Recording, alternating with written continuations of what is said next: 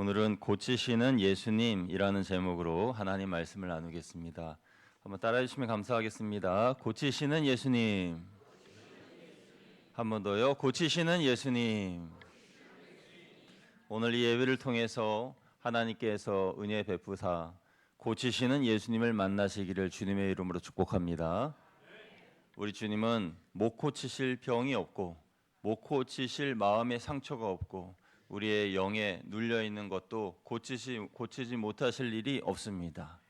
그래서 우리 주님을 만나기만 하면 우리는 모든 것을 다 고칠 수 있습니다. 지금 이 시대에는 상실감의 시대잖아요.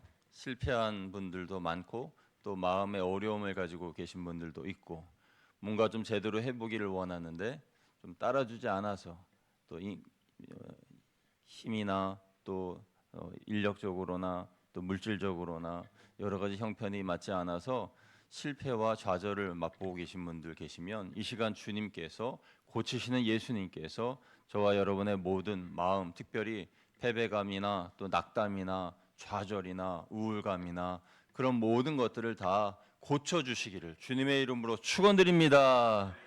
고치시는 예수님 만나시기를 간절히 소망합니다.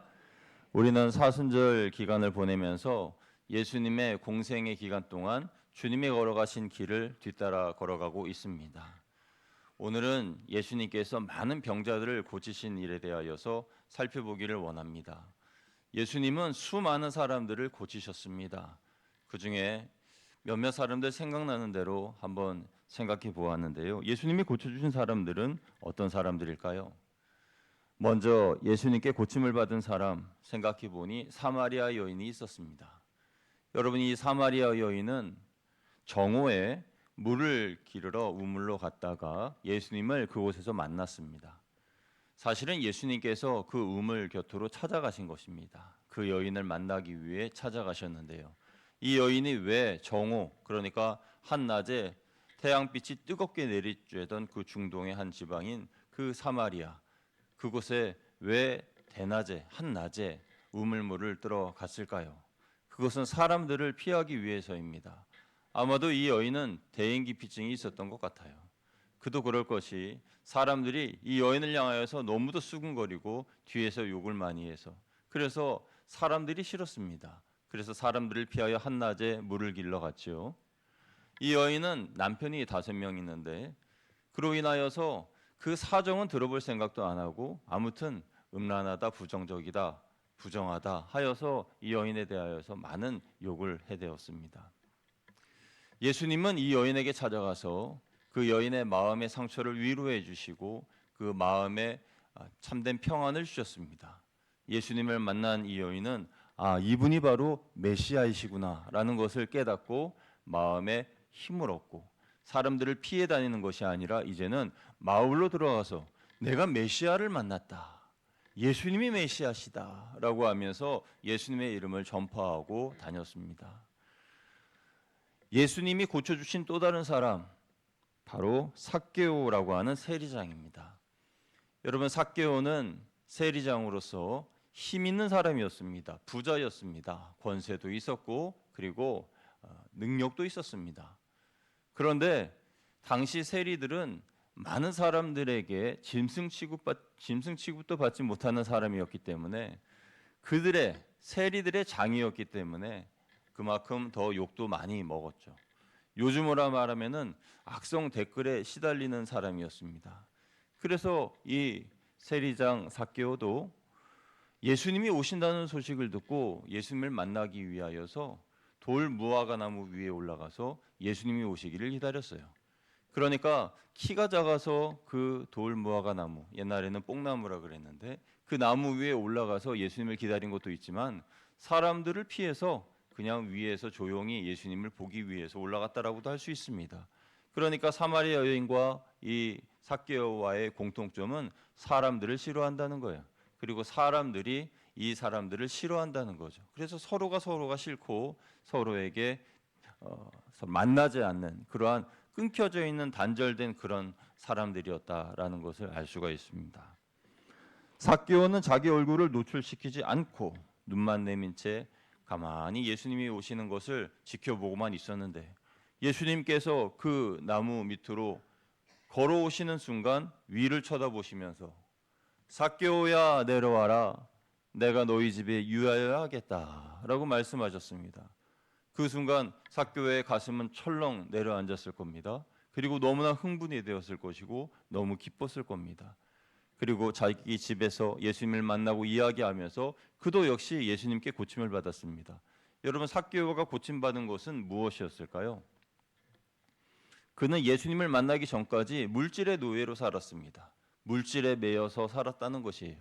그래서 물질에 대한 자유함을 얻게 되었고 물질에 대한 구원을 받게 됐습니다. 그리고 물질로 지은 죄에 대하여서 구원을 받게 되었죠. 그래서 그는 대번 예수님에게 말하기를, 예수님, 제가 저가 가지고 있는 모든 재산의 절반을 가난한 사람들에게 나누어 주겠습니다. 그리고 혹시 제가 남의 돈을 몰래 착복한 것이 있다면 4배를 갚겠습니다 하고 이야기한 거예요. 예수님을 만나니까 그의 삶에 이러한 고침이 있게 된 거죠. 여러분, 예수님을 만나면 변화됩니다. 예수님을 만나면 내 삶에 이러한 고침과 치유가 있게 된다라는 것이죠. 그는 자유롭게 되었습니다. 물질로부터 탐욕으로부터 자유로워졌고 죄로부터 구원받고, 그래서 그는 이제 더 이상 물질의 종이 아닌 예수님의 종이 되었습니다. 예수님이 고쳐주신 사람들 중에는 현행범도 있었습니다. 가늠하다 잡힌 여인이 있습니다. 이 여인은 예수님께 시험거리로 던질 바리새인들의 미끼였습니다. 그러니까 바리새인들, 이들은 예수님을 어떻게 해서든지 시험에 엮어서 넘어뜨리게 하기 위하여서 음행하는 여인의 뒤를 몰래 따라가 음행하는 현장에서 그 여인을 덮쳐서 잡아 예수님께로 끌고 왔습니다.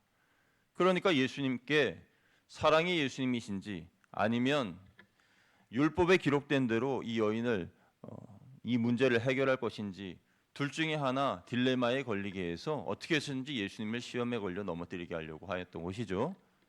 그때 그 긴박한 순간에 그들의 계획과는 달리 예수님은 또 다른 계획을 세우셨습니다. 그 계획은 이 여인을 어떻게 하면 고칠 것인가, 이 여인을 어떻게 하면 변화시킬 것인가 하는 그런 고민이 예수님께 있으셨죠. 예수님께서 그 여인을 둘러싸서 돌을 들고 있는 사람들에게 한마디 하십니다. 뭐라고 말씀하셨죠? 유명한 말이죠. 죄 있는 자가 먼저 돌로 치라. 너희 중에 죄 있는 자가, 죄 없는 자가, 너희 중에 죄 없는 자가 먼저 돌로 치라라고 말씀을 하신 겁니다.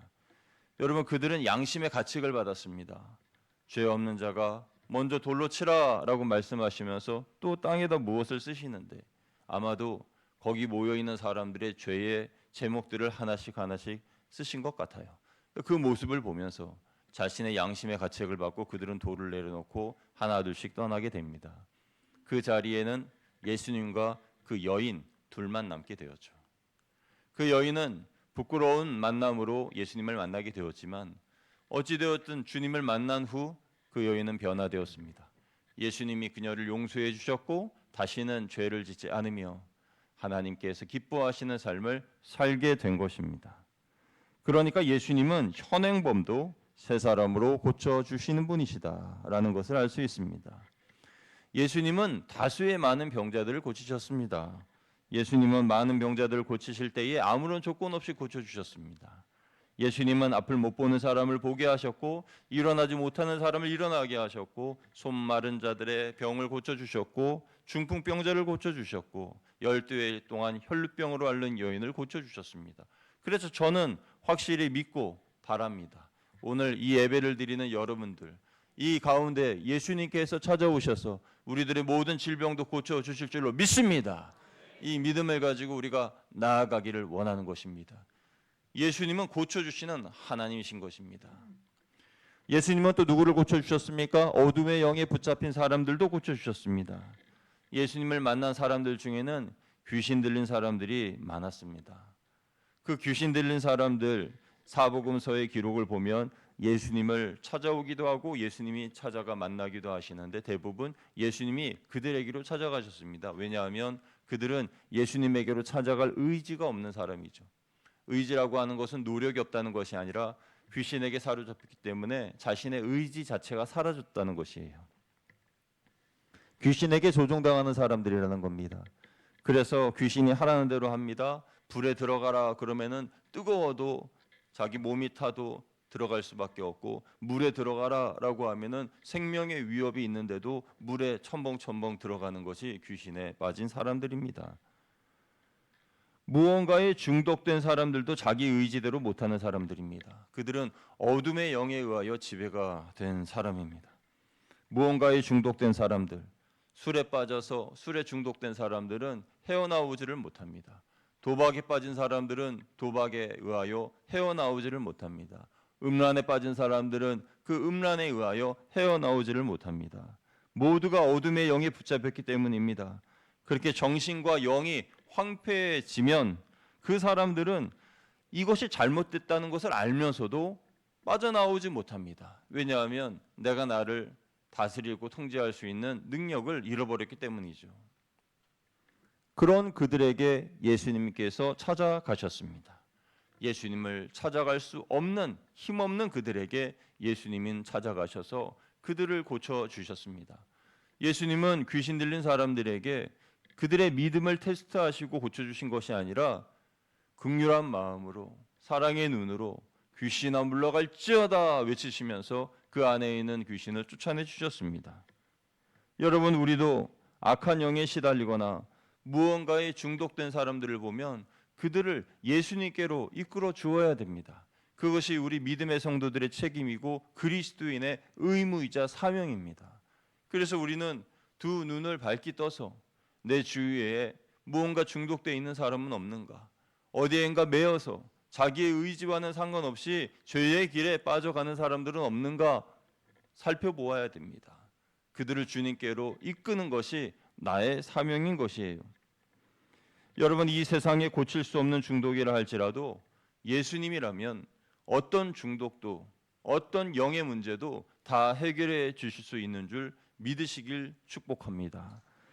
예수님은 인생의 마지막 종착지도 고쳐주셨습니다.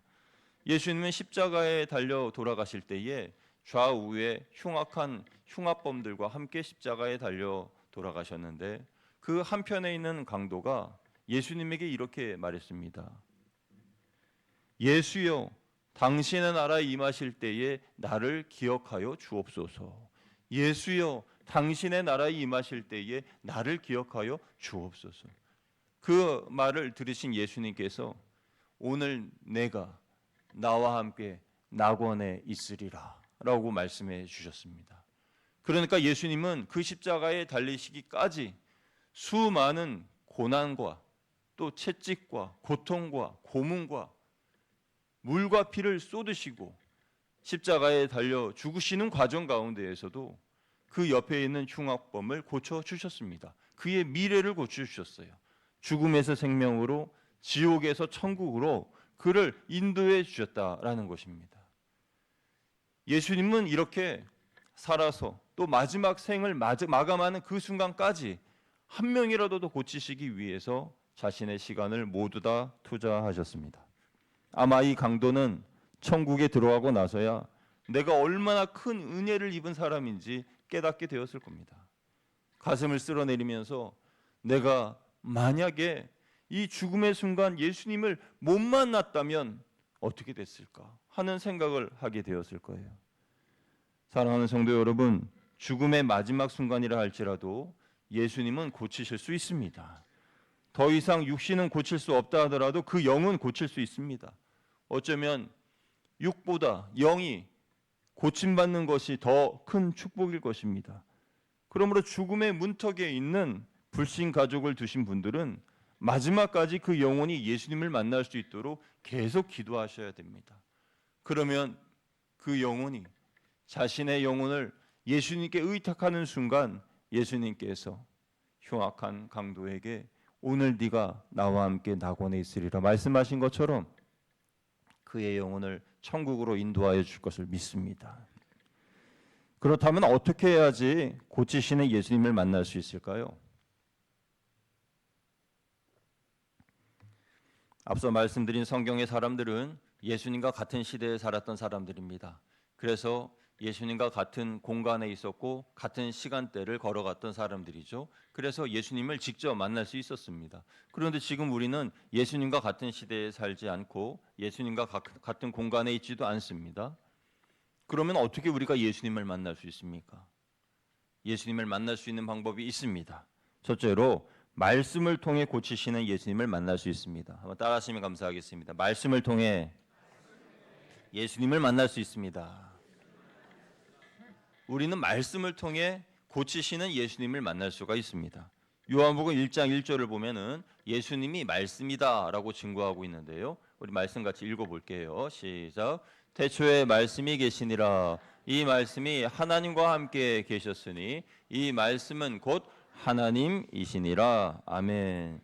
여기 하나님이시니라 할 때에 이 하나님은 성자 하나님이신 예수님을 말하는 것입니다.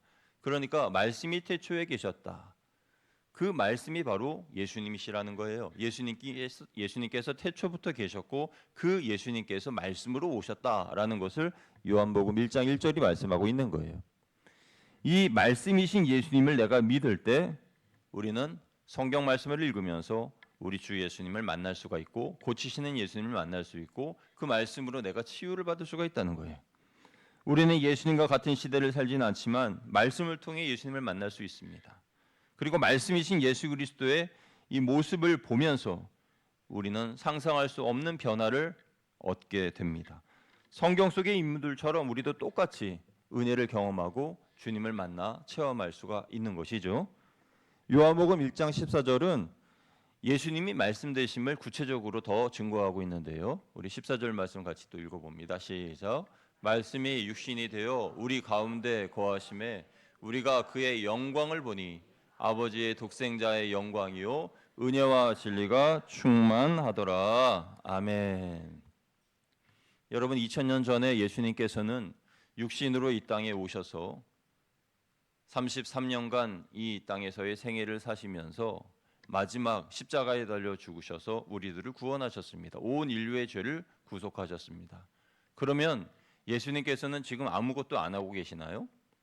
예수님은 하나님의 보좌 우편에 앉아만 계시는 것일까요? 예수님은 지금 말씀으로 오셔서 저와 여러분과 함께하고 계시는 줄로 믿습니다.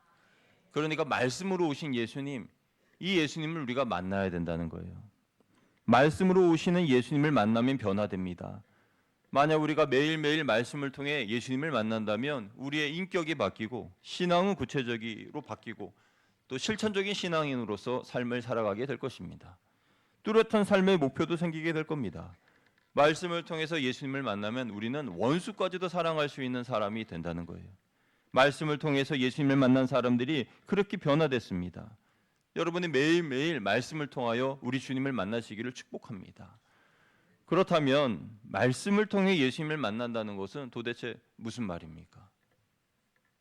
말씀으로 예수님을 만난다는 것은 이런 것입니다. 성경 말씀을 읽거나 묵상할 때에 예수님이 나를 위하여 죽으셨다는 그 말씀이 갑자기 내 마음에 송곳처럼 찔려서 내 양심의 가책을 느끼고 눈물이 나면서 왜 저 같은 사람을 위해서 예수님 죽으셨나요?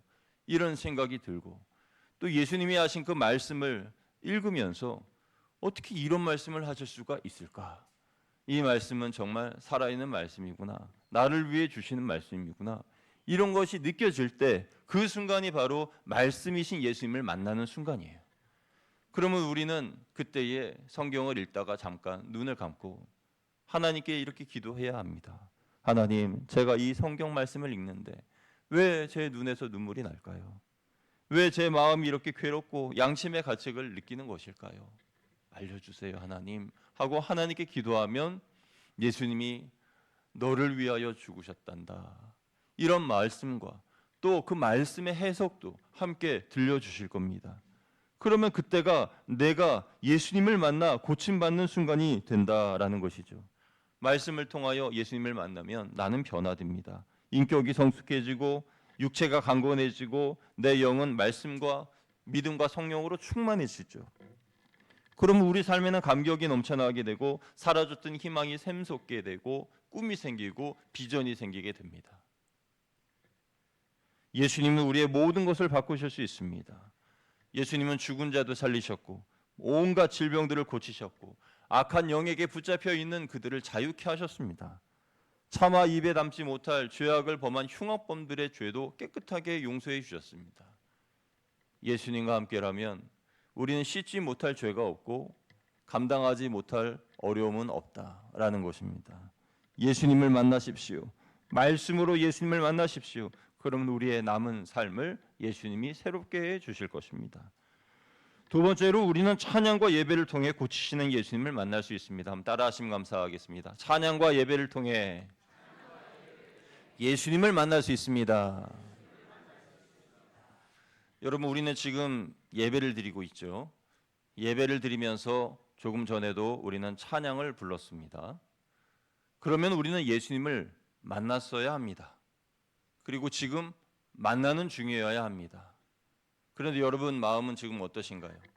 예수님을 지금 만난 것 같습니까? 아니면 만난 것 같지 않습니까? 예수님을 만난 것 같지 않다면 그 이유는 뭘까요? 그 이유는 간단합니다. 우리가 찬양을 부를 때 그 찬양의 가사를 깊이 생각하면서 찬양했는가? 힘차게 박수치며 찬양했는가?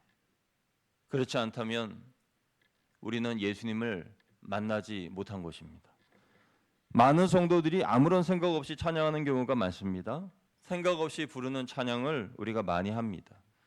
찬양할 때는 그 찬양에 대한 분명한 이유가 있습니다. 그 가사가 담긴 의미가 있고 그 가사가 주는 교훈이 있고 메시지가 있습니다. 가령 나를 어둠의 그늘에서 빛으로 인도하신 그 예수님, 그분을 찬양하는 것이라면 내가 정말 어둠에 있었던 그때 그 시절을 생각하면서 그러나 지금 이 은혜의 자리로 인도해 주신 그 주님을 또한 생각하면서 얼마나 감사한지, 그래서 그 감사를 가지고 하나님께 찬양하는 것, 그 찬양은 100점짜리 찬양이에요. 하나님이 기뻐하시는 찬양인 거죠. 예수님을 구주로 믿어 구원을 받았다는 기쁨, 그 믿음으로 고백하며 찬양했다 한다면 그 찬양도 100점짜리 찬양입니다. 하나님은 그 찬양을 기뻐 받으십니다. 그리고 그 찬양을 들으신 예수님은 우리의 마음을 고쳐주십니다. 그 외에도 여러분이 성령으로 충만하길 원하는 찬양을 전심으로 힘차게 찬양하며 불렀다면 여러분은 성령 충만한 사람으로 바뀌어질 것입니다. 천국에 대한 소망을 가지고 간절하게 하늘을 바라보며 하늘의 소망으로 찬양하였다면 이 세상에 근심과 걱정이 많다 할지라도 우리는 하늘의 소망으로 힘을 얻고 이 자리를 나아가게 될 것입니다. 우리가 진짜로 찬양한다면 그 찬양의 가사 그대로 우리의 삶에 실현될 것입니다. 그러나 그렇게 되지 못하는 이유는 찬양을 아무 의미 없이 불렀기 때문입니다.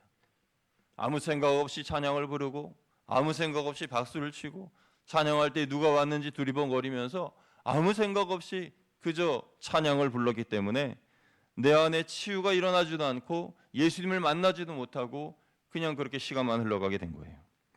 그런 찬양은 100번을 불러도 변화가 일어나지 않습니다. 단 한 곡의 찬양을 부르더라도 간절히 예수님의 이름을 부르고 하나님이 내게 주신 은혜에 대하여 감사하는 마음으로 찬양할 때에 우리에게는 기적이 일어나게 되는 거예요. 우리의 간절하고 진심이 담긴 순수한 찬양에 예수님은 감동하시고 우리를 반드시 고쳐주십니다. 예배도 마찬가지입니다. 우리가 예배를 드릴 때에도 예수님이 나와 함께 하신다는 그것, 예수님이 내 삶에 함께 하신다는, 가정과 나의 미래에 함께 하신다는 그 은혜를 생각하고 감사하며 예배 드려야 됩니다. 우리가 아무런 생각 없이 예배 시간에 그냥 앉아만 있다가 예배가 끝나고 일어나 나간다면 그것은 사탄의 작전이 성공을 한 거예요. 사탄은요, 우리가 이 자리에 앉기까지 수 없는 방해를 하고 이 자리에 앉았다고 해서 우리의 은혜 받는 것을 막기 위한 그들의 계략이 포기되는 것은 아닙니다. 아무 생각 없이 앉았다가 아무 생각 없이 가도록, 그것이 사탄의 계략이라는 거예요. 사탄의 작전은 우리가 예배 드릴 때 아무 생각 없이 드리게 하는 것이고 찬양을 부를 때 아무 감동 없이 부르게 하는 것입니다. 자꾸 다른 생각이 나게 하거나 마음을 혼란하게 해서 집중하지 못하도록 하는 것이 사탄의 계략이라는 거예요. 여러분, 우리가 찬양할 이유가 왜 없습니까? 하나님께 찬양할 제목이 왜 없지요? 찬양해야 할 이유 제가 말씀드리겠습니다.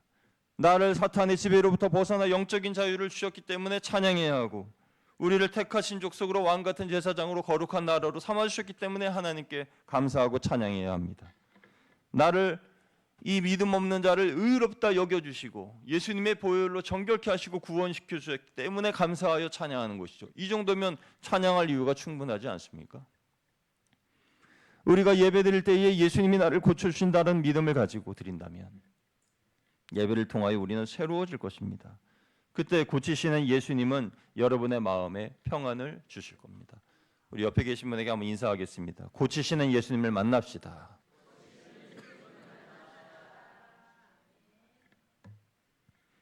예수님은 우리를 만나주시기 위해서 이 자리에 오셨습니다.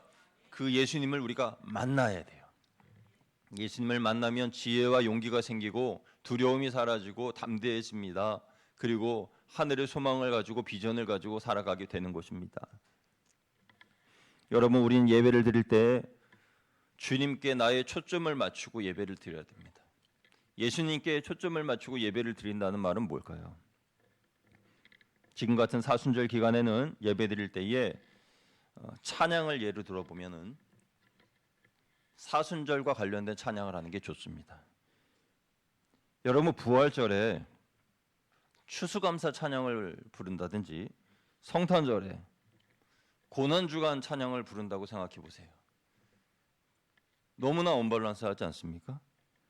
고난주간에 성탄절 찬양을 부르고 성탄절에 고난주간 찬양을 불러요. 그러면 그 찬양이 오히려 하나님 앞에 나아가는 그 예배를 방해합니다. 찬양하며 하나님을 만나야 되는데, 그 찬양으로 주님을 만나야 되는데, 그런데 똑같은 찬양인데 언제 어떻게 무슨 찬양을 하느냐에 따라서 그때의 사람의 마음이 달라진다는 거예요. 오늘 찬양대 선곡 참 좋으셨습니다.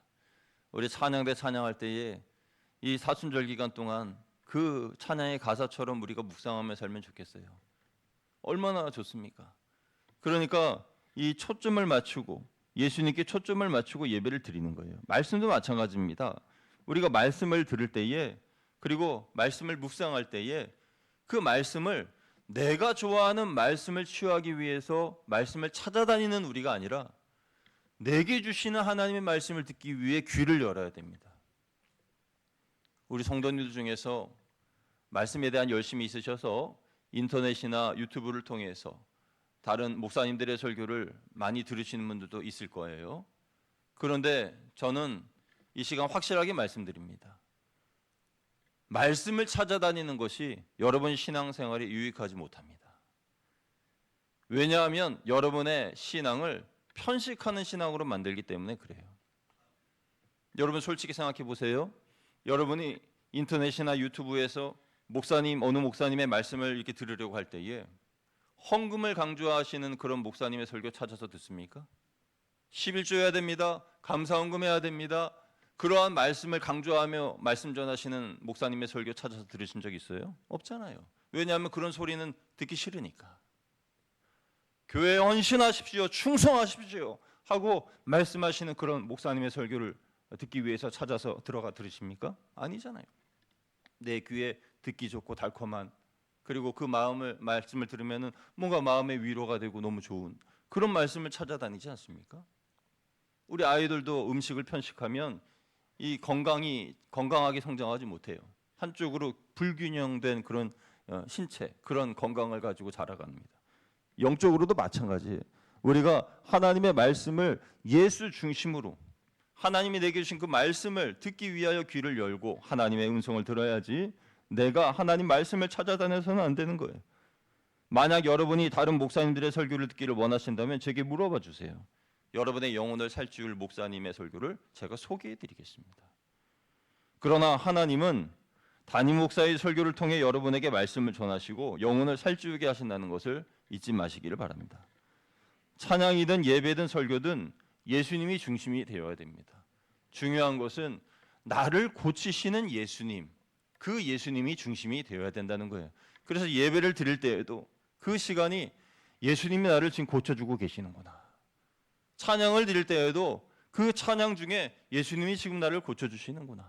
말씀을 읽을 때에도, 기도할 때에도 예수님이 지금 나를 고쳐주고 계시는구나.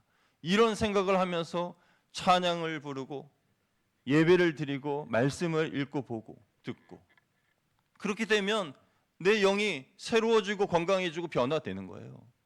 그러면 성령 충만한 성도가 되지 않을 수가 없습니다. 우리는 고치시는 예수님을 주일에만 만나려고 하지 말고 우리의 삶의 순간순간에도 만나야 됩니다. 이것이 예수님께 초점이 맞춰진 신앙인의 삶인 거예요. 이 사순절 기간에 나를 위해 죽으신 예수님에 대하여 깊이 묵상하지 않으며 지낸다면 우리는 그냥 형식적인 이 사순절 절기를 보낼 뿐입니다. 그래서 우리는 고민해 봐야 돼요. 우리가 종교인으로 살지 않고 신앙인으로 살기 위해서는 신앙이 형식이 되어서는 안 된다는 거예요. 이 형식이라고 하는 것은요, 자꾸 반복되다 보면 사람이 기계적으로 변합니다. 종교인은 예배도 잘 드리고 그리고 봉사도 잘하고 그리고 자기 업무에도 충실합니다. 그래서 겉으로 볼 때는 굉장히 믿음이 좋아 보이는데요. 그런데 그 당사자는 마음에 기쁨이 하나도 없어요. 열심히 하긴 합니다. 그래서 그 일에 대해서만큼은 깔끔해요. 깔끔하게 업무를 잘 처리해 놓고 교회의 일도, 봉사의 일도, 사람들과의 관계도 너무 좋습니다. 그런데 예수님께서 이후에 그 사람을 만나실 때에 무화과 나무에 열매가 없는 것을 보고 무화과 나무를 책망하셨듯이 종교인들에게는 그렇게 예수님이 책망하실 겁니다. 왜 너에게는 기쁨이 없었느냐? 왜 너에게는 성령의 9가지 열매가 없었느냐? 왜 너에게는 감사가 없느냐? 기쁨이 없느냐? 왜 눈물이 없느냐? 하고 예수님이 책망하실 겁니다. 그것은 네가 종교인이기 때문이다 라고 말씀을 하실 거예요. 그러면 그때에 돌이키려고 하지 말고 지금 이 시간에 우리가 돌이켜야 됩니다. 나는 지금 종교인인가 아니면 신앙인인가? 여러분, 종교인은 신앙인이 아니에요. 종교인은 그저 종교인일 뿐입니다. 종교인과 신앙인의 차이, 그것은 간단합니다. 종교인은 의무감만 있고 기쁨은 없습니다. 신앙인은 의무감과 사명과 기쁨이 있습니다. 우리는 능숙한 교회의 종교인이 아니라 비록 능숙하지 못하다 하더라도 하나님의 은혜로 기쁨이 충만한 신앙인들이 되어야 됩니다. 그러기 위해서 좋은 방법이 있습니다. 우리가 예배를 드릴 때에 그냥 앉아서 예배를 드리고 그냥 가는 우리들이 아니라 이렇게 생각해 보세요. 이 예배가 내게 주어진 마지막 예배다. 마지막 예배다. 이 예배가 내가 살면서 마지막 드릴 예배다. 그렇게 생각하면요, 이 예배를 우리가 소홀하게 드릴 수가 없어요. 이 예배를 얼마나 소중하게 생각하고 얼마나 감사와 감격이 넘치는 가운데 사모하는 마음으로 예배를 드릴 수밖에 없는지. 그러면 우리가 형식을 버리고 본질을 회복할 수 있습니다. 형식적인 예배가 아닌 하나님이 기뻐하시는 본질의 예배를 드릴 수 있고 종교인의 예배가 아닌 신앙인의 예배가 드릴 수가 있는 거예요. 또 우리는 예수님이 나를 고치신다는 믿음을 가지고 예배를 드리면 됩니다. 그냥 아무 생각 없이 왔다가 예배드리고 가는 것이 아니라 예수님이 나를 지금 고치시고 계시는 중이야. 내 마음을, 내 생각을, 내 영을, 내 육체를 고쳐주시는 중이지. 이런 믿음을 가지고 하나님께 예배드리고 찬양하고 말씀을 들으면 분명히 그 마음의 소원대로 그대로 이루어질 줄로 믿습니다. 왜냐하면 예수님은 고치시는 하나님이시기 때문에 그렇습니다.